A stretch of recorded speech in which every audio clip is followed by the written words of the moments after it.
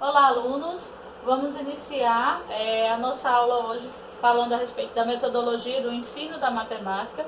É a nossa primeira aula que fala sobre a introdução à educação matemática. É o que é que nós vamos vivenciar primordialmente hoje, na aula de hoje, né? Que é justamente a questão do planejar. O que é planejar? Qual é a finalidade do planejamento, né? Planejar é definir os objetivos gerais e específicos, sejam eles anuais, bimestrais, semestrais ou mensais, certo? Então, essa é uma das articulações que a gente desenvolve enquanto educador quando nós iniciamos o nosso ano letivo, que depois da parte onde você vai fazer a identificação do nível dos seus alunos, a partir daí é que você vai organizar primeiramente o seu planejamento anual, né, onde você vai pré-determinar todos os conteúdos e atividades que você pretende desenvolver durante todo o ano letivo. Né? Então, dependendo da instituição onde você esteja lecionando, além desse planejamento anual, você também vai precisar desenvolver planos de aula, certo? Que podem ser semanais, que podem ser quinzenais, podem ser mensais, depende muito da dinâmica da instituição, que é justamente quando você, enquanto docente, vai reorganizar sua atividade num âmbito mais direto. Né? E toda a equipe pedagógica vai ter acesso ao que você vai desenvolver gradativamente com os seus alunos. Né? Então, o plano de aula, né, o planejamento da aula é considerado uma peça-chave para o alcance de qualquer objetivo profissional. Ele é responsável por nortear a realização de suas atividades, bem como as suas ações, sendo imprescindível na carreira de um professor. Então, é impossível que o professor desenvolva uma boa aula, ele faça um bom trabalho sem que ele antes planeje o que você vai desenvolver, qual é o assunto que você vai estar trabalhando com seus alunos, quais são as atividades que você pretende desenvolver. Tudo isso precisa estar registrado, ele não pode ficar só arquivado na sua mente. Né? Até porque as pessoas que vão estar visitando ou vão estar analisando o seu trabalho, a equipe pedagógica, ele não vai poder entrar na sua mente para saber o que é que tem lá. Né? Então, a gente tem aí um modelo básico de plano de aula, né, que a primeira questão que você tem para desenvolver é a escolha do tema. Né? Então, assim, o que é que você vai trabalhar? Então, vamos dar um exemplo. A gente vai estar trabalhando números naturais. Então, esse é o meu tema central, é esse o conteúdo central que a gente vai estar desenvolvendo durante a elaboração desse plano de aula. Tá? E aí, depois a gente vai definir os objetivos. O que é que a gente pretende que o nosso aluno aprenda, que o nosso aluno desenvolva durante esse intervalo de tempo em que nós vamos estar trabalhando números naturais, tá certo? Aí depois a gente vai pontuar os conteúdos, ou seja, quais são os conteúdos que vêm atrelados à questão dos números naturais. Então a gente trabalha sequência numérica, a gente trabalha números pares, números ímpares, então são N outros conteúdos que estão todos agregados ao conjunto dos números naturais. E aí também você precisa elencar todos eles dentro do seu plano de aula, tá bom? E aí você vai estabelecer a duração, ou seja, você enquanto docente, quantas aulas você acha que são necessárias para que você desenvolva as atividades que você projetou. Lembrando que o seu plano de aula ele é flexível, então vamos dizer que eu planejei que eu vou desenvolver todas as minhas atividades nas minhas 6 aulas correspondentes a essa semana, por exemplo. Mas aconteceu um imprevisto, houve alguma dinâmica na escola que eu não pude estar com os meus alunos realizando as atividades que eu havia projetado para aquele dia. Então, você faz uma observação no seu plano, né, explicando o que houve, e aí você lança mais 2 aulas, nas 4 aulas à frente, se é o que você julga necessário para que você dê continuidade a esse conteúdo e faça ele da melhor forma possível. E aí a gente vai fazer a escolha dos recursos. Quais são os recursos que você vai utilizar? O que é que você vai trabalhar na sua sala quando você estiver trabalhando com os números naturais?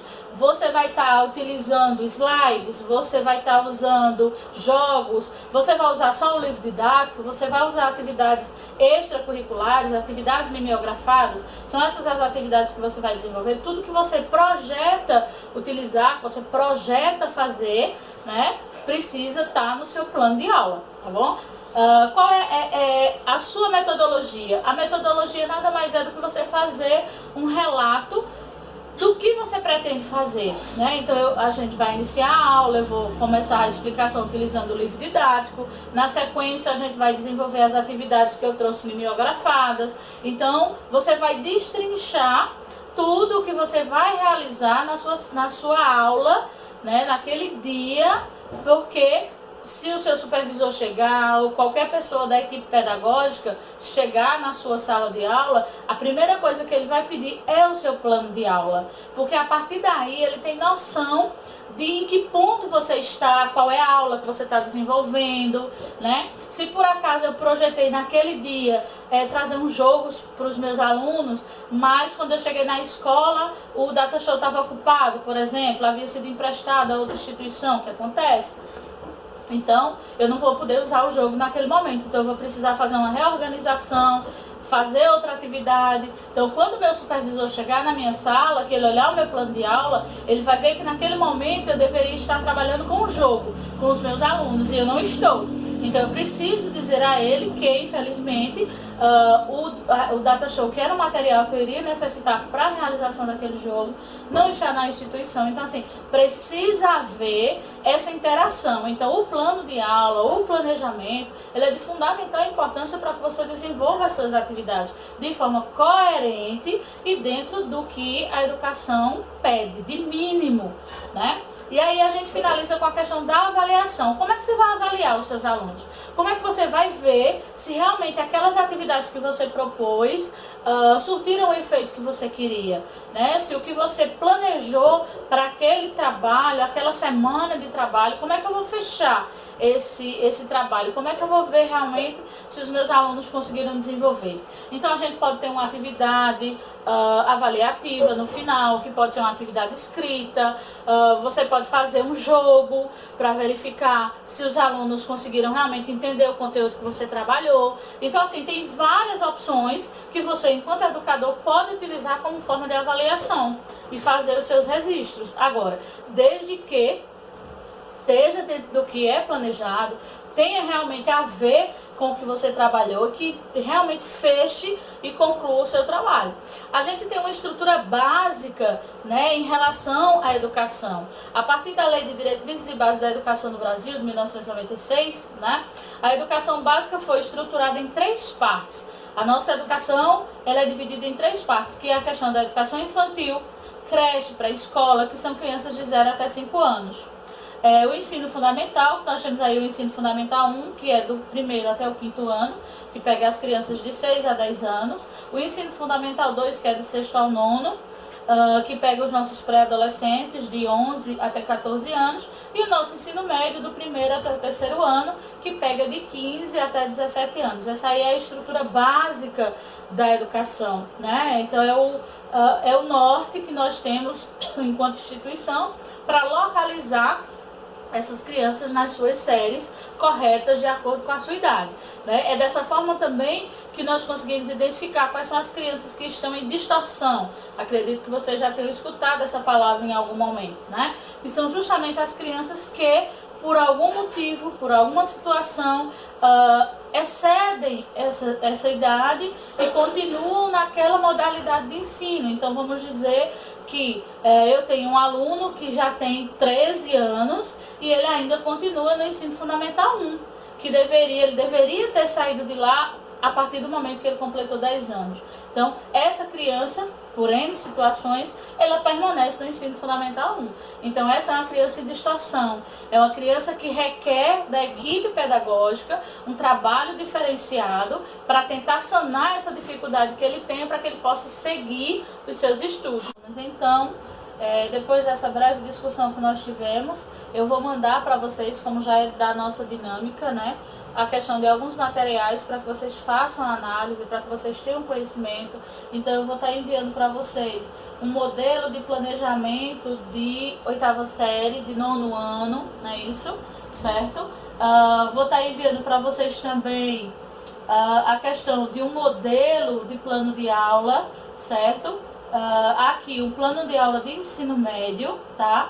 E uma atividade para reflexão, para que vocês tentem verificar com maior clareza essa questão de como é que se estrutura um plano de aula, como é que quais são os pontos principais da organização de um plano de aula, como é que você organiza suas ideias e coloca elas no papel, que é uma questão bem complexa de ser feita, tá bom? Mas eu vou estar enviando para vocês esses materiais através do grupo de vocês, e aí qualquer dúvida que vocês tenham, qualquer situação adversa que vocês encontrem aí no estudo desses materiais, vocês entram em contato comigo através do grupo. O grupo também vai ser um material que a gente pode utilizar para que a gente aprofunde os nossos debates, né? Eu sei que vocês estão aí, querendo ou não, com uma gama de questões aí para realizar. Nós estamos com os nossos estágios temporariamente interrompidos, né? Então, as nossas instituições de ensino estão fechadas, então a gente precisa ir organizando da melhor forma possível o nosso tempo, porque se Deus quiser, em breve a gente vai voltar às atividades normais e aí a gente vai ter muita coisa para fazer, para colocar tudo em dia, ok?